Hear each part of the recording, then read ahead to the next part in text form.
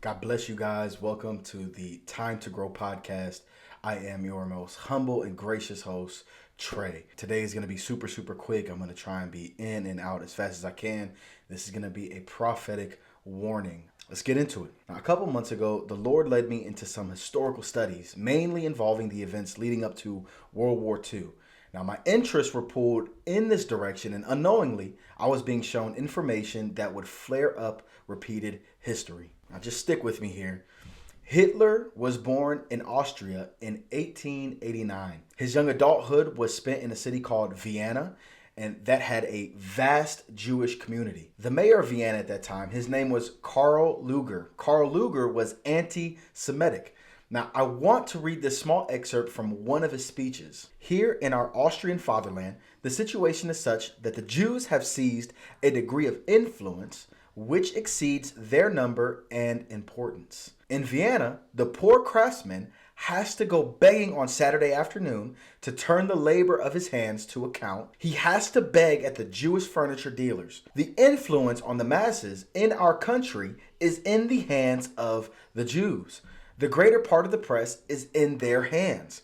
By far, the largest part of all capital, and in particular, high finance, is in Jewish hands. And in this respect, the Jews operate a terrorism of a kind that could hardly be worse. For us in Austria, it is a matter of liberating Christian people from the hegemony of Jewry. Now, this is important. He spoke this at a meeting for the Christian Socialist Workers Association on July 20th, 1899. His anti-Semitic views and style of leadership is what brought him victory in the 1895 election, becoming mayor of Vienna. Now, this is going to become pivotal. Watch this. Emperor Franz Joseph, who was the Emperor of Austria, King of Hungary, repeatedly refused to confirm Lueger's appointment due to his radical anti-Semitism. It wasn't until toward the end of the 19th century that the influence of mass parties increasingly pushed for Emperor Franz to adhere to the wishes of the population. Now, on top of that,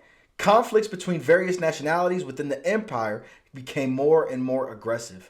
This all caused the monarchy to become unstable in both foreign and domestic policy, ultimately leading into the outbreak of the First World War. Why is this important? Hitler was not raised up by himself, and he was neither self-taught when it came to his hatred for Jews. It actually began with the generation before him that developed those ideologies, which in turn influenced Hitler, who would go on to become a type or a shadow of the actual Antichrist. An Antichrist system masked by the title or term Christian had influenced him to become a type of Antichrist. 1 Samuel chapter 8 verses 1 to 7. And it came to pass when Samuel was old that he made his sons judges over Israel.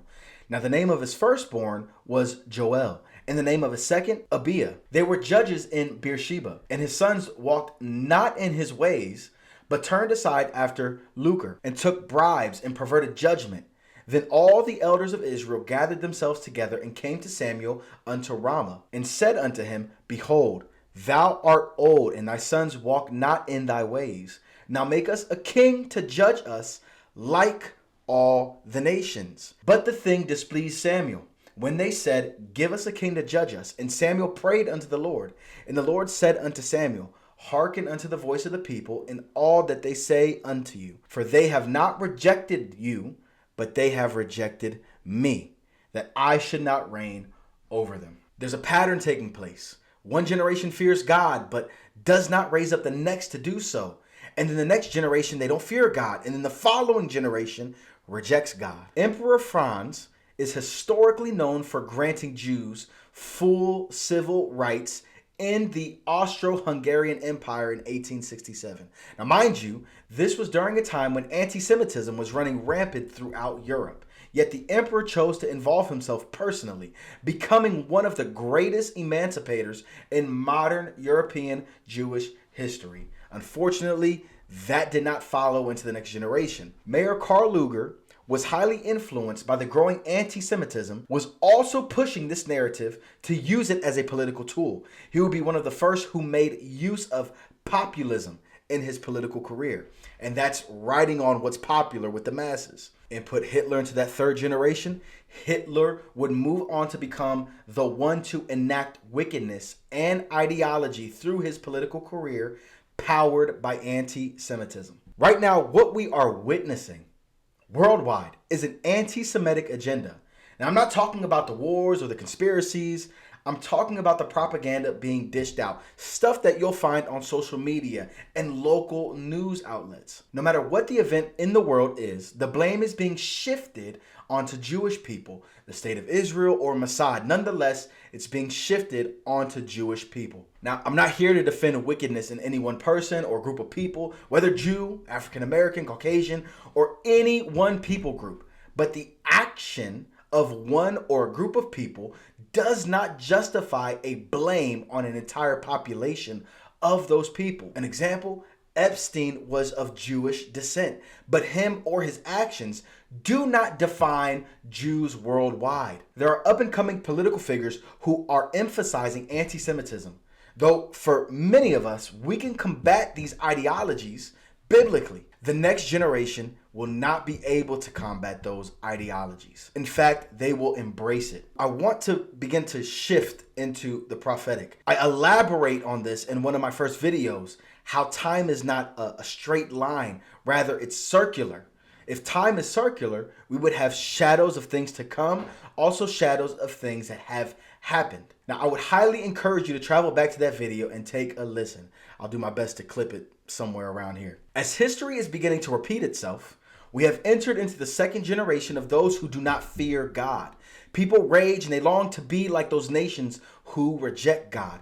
There are even people here in America who are longing for a president who is fashioned after the kings and leaders of other nations that do not know God. And it's all beginning with anti-Semitism. Some are even claiming that the Israel today is not the one of the Bible, that prophecy was not fulfilled. But Israel is most definitely the Israel of the Bible, and prophecy has been fulfilled.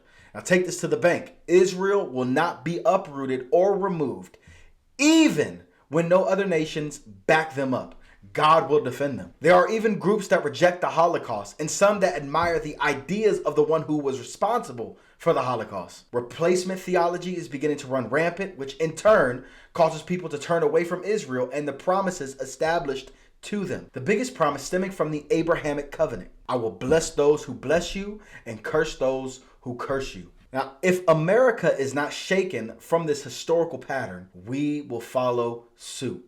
And the next generation will reject Israel and will then reject God. I believe that this in turn would set the stage for Ezekiel 38, where the many nations attack Israel and no one intervenes or comes to the aid of Israel. It will be God that sovereignly intervenes. Now, what could this mean for America? Will America exist? What will be our place if we get there? Psalm chapter 9, verse 17. The wicked shall be turned into hell, and all the nations that forget God. Here is the broad understanding of what I'm saying, the gist of it all. Forsaking Israel is not the act I'm talking about. If you forsake Israel, that means you are not biblically literate. If you deny that Israel is in fact Israel, if you say that Israel is not Israel and that prophecy has not been fulfilled and that God was wrong, or that we all got it wrong, you are biblically illiterate. And to be biblically illiterate is to deny the word of God. And if you're at that point, if you're at that step, you are too many steps into wickedness. This is how you can have churches who said they love and they bless God, but they also support the alphabet community, that they also support transgenderism, that they also support such and such sins. And if we take that step, into a generation who does not know the word of God, chaos will erupt. Wickedness will spread even further. Now, I believe we are entering into a time where God is desiring to use teachers strongly. Now, I do not mean to say only, but strongly. This plays into why God is not being defined and limited to churches and buildings. Rather, revival is spreading through hubs, small gatherings, Bible studies, and even fellowship circles. The platform is not what needs to be elevated. The word of God needs to be taught correctly. We are soon departing the time where those who have or had platforms are being exposed for both incorrect doctrine, heretical teaching, and hidden motives. And we're shortly transitioning, and I would argue we have already transitioned into a time where the church is increasing and revival is exploding in small, unmarked territory. Not just in buildings or specific regions or under specific men and women of God. People are being equipped and sent from Bible studies, online interactions, and even temporary hubs. The generation coming needs to have biblical understanding of the things that were, the things that are, and the things to come. Without any solid foundational teaching, they will be left to learn from the world around them, which currently is growing more and more wicked and anti-Semitic. Biblically and historically, the mistreatment of Jews only brought about judgment and opposition from God. I would encourage you to read and to pray. Until next time, may the Lord bless you, keep you, and increase you greatly. May Jesus be magnified and glorified as you go from faith to faith and glory to glory. Amen.